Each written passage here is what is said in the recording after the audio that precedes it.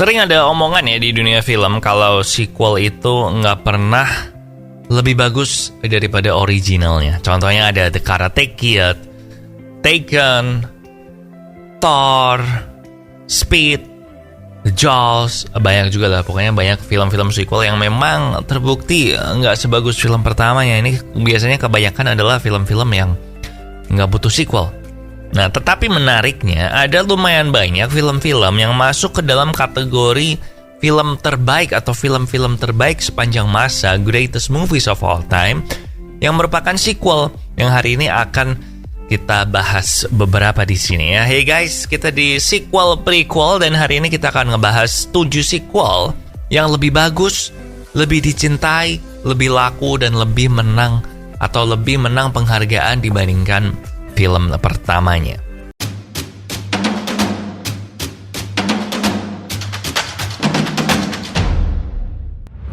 Spider-Man 2. Nah, film Spider-Man yang pertama yang dibintangi sama Tobey Maguire dan Kirsten Dunst itu sampai sekarang memang masih jadi salah satu film superhero terbaik di bioskop. Tapi habis ditonton lagi, sebenarnya film yang pertama ini punya beberapa problem sih, seperti pacing yang cukup slow kan. Dari origin story Peter Parker sampai dia jadi Spider-Man-nya itu lumayan lama.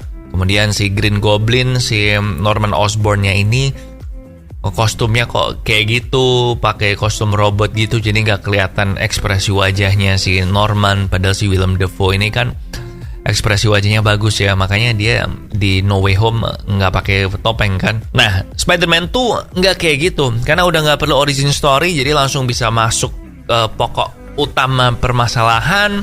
Si Alfred Molina yang jadi Doc Ock juga nggak pakai kostum lagi, nggak pakai robot lagi, jadi bisa kelihatan ekspresi wajahnya. And all in all, lebih bagus semuanya lah Spider-Man 2 ini. Bahkan Spider-Man 2 ini bisa dibilang sampai sekarang nih masih banyak orang yang menganggap ini adalah film Spider-Man terbaik. Next, The Godfather 2. Kemungkinan ini adalah film sequel yang paling terkenal ya, karena Godfather 1 waktu itu adalah masterpiece-nya Francis Ford Coppola, menang Oscar, Best Picture segala macam. Dan amazingnya Godfather 2 ini nggak cuman bikin Francis Coppola ini menang Oscar lagi, tapi malah menang lebih banyak Oscar dibandingkan Godfather yang pertama. Dan Godfather 2 ini juga film sequel pertama yang menang Best Picture di Piala Oscar. Nah, yang paling unik dari film ini adalah karena si Robert De Niro ini dia meranin si Vito Corleone waktu masih muda kan, sementara si Al Pacino meranin Michael Corleone, sehingga ini filmnya ini kayak ada dua cerita gitu. Yang satu flashback waktu awal-awal Vito Corleone masih muda ini di Amerika, dan yang satu ya si Michael Corleone sekarang, yang kelanjutan dari ceritanya di film Godfather yang pertama. Jadi ini yang bikin keren adalah karena kedua film ini bisa nyambung gitu alur ceritanya. Maksudnya kedua flashback dan masa kininya itu tuh bisa nyambung.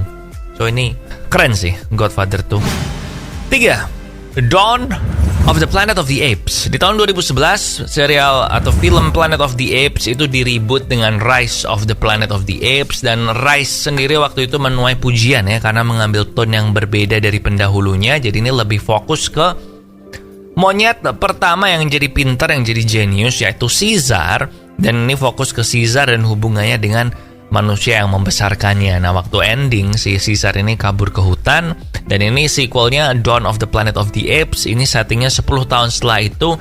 Jadi Caesar di sini udah jadi pemimpin suku kera pandai, dan dia juga udah kelihatan jelas ya kalau kera-kera ini tuh nanti adalah penerus umat manusia sebagai penguasa bumi, karena umat manusia juga udah mulai kehilangan kendali. Dan kalau yang Rise of the Planet of the Apes itu lebih ke hubungannya Caesar ini sama manusia gimana. Nah, yang Dawn of the Planet of the Apes ini jauh lebih bagus, jauh lebih keren, jauh lebih seru, dan mulai nunjukin betapa Caesar ini tuh harus mengatasi problem politik, problem antar umat manusia dan ras kera. Pokoknya Dawn of the Planet of the Apes ini adalah saat dimana trilogi ini tuh mulai menunjukkan kehebatannya. 4. Lord of the Rings The Two Towers. Nah, ini film kedua dari trilogi pertama Lord of the Rings yang lebih luas, lebih ekspansif, lebih menggambarkan detail ya dunia yang ditulis oleh J.R.R. Tolkien. Nah, kalau Fellowship of the Ring itu lebih fokus ke pengembangan karakter dan interaksi antar karakternya.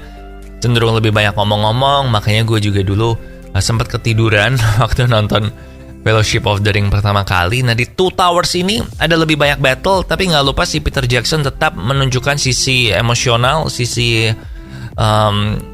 kesedihan dari orang-orang biasa yang terjebak dalam pertempuran-pertempuran itu. Kayak ada adegan kesedihan ayah setelah anaknya meninggal, terus dia juga mengambil sisi persahabatan pohon yang bisa ngomong sama dua hobbit, bahkan Gollum yang menurut gue ya, kalau sutradaranya itu nggak sejago Peter Jackson, bisa aja si Gollum ini kan cuman jadi monster nggak jelas menyedihkan yang bikin orang bete doang gitu kan. Tapi di tangan Peter Jackson si Gollum ini bisa bersinar di Two Towers ini. Bahkan dia juga jadi salah satu tokoh yang paling penting di trilogi Lord of the Rings ini. Dalam artian kalau nggak ada Gollum kayaknya ada sesuatu yang kurang deh di trilogi Lord of the Rings ini. So Two Towers favorit gue sih dari 3 trilogi Lord of the Rings pertama itu, favorit gue Two Towers. Lebih dari Return of the King malah. Ke 5 ada The Dark Knight. Batman Begins waktu itu adalah awal baru Batman ya, mencoba untuk dibikin lebih gritty, mencoba dibikin lebih realistis gimana kalau Batman itu di dunia nyata gimana. Dan for the most part sebenarnya Batman Begins ini berhasil, walaupun seperti kebanyakan film origin story lumayan ngebosenin sih. Si Christian Bale cemberut-cemberut pokoknya waktu jadi Bruce Wayne, dan waktu jadi Batman dia kayak mengeram-ngeram gitu. Suaranya kan menggeram-geram gitu kan. Nah, si Ra's al Ghul sama Scarecrow juga ya oke lah jadi musuh, cuman sama ini kelamaan aja nih buat jadi Batman-nya. Jadi semua itu berubah di The Dark Knight yang dari awal sampai selesai benar-benar roller coaster. Not to mention Heath Ledger yang dapat Oscar lewat perannya sebagai Joker ini, yang sampai sekarang menurut kami masih best Joker dan best villain di film superhero. Dan The Dark Knight ini juga for sure adalah film Batman Nolan terbaik dan possibly best Batman movie of all time sih.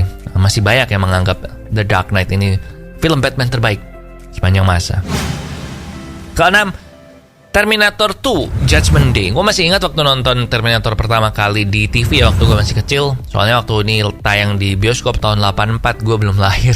Jadi gue nonton ini di TV dan gue ngerasa gila nih film keren banget. Ada seorang cyborg pembunuh dari masa depan yang dikirim ke masa sekarang untuk membunuh Sarah Connor supaya dia ini tidak melahirkan anak si John Connor, yang nantinya di masa depan si John Connor ini akan menjadi musuh utama kaum mesin di masa depan. Gila menurut gue waktu itu cerita ini mind blown banget gue. Dan gue sedihnya dari film ini adalah kenapa si Arnold yang ini tuh jahat, dan kenapa si, spoiler ya, kenapa si tokoh utamanya si Kyle Reese ini tuh mati.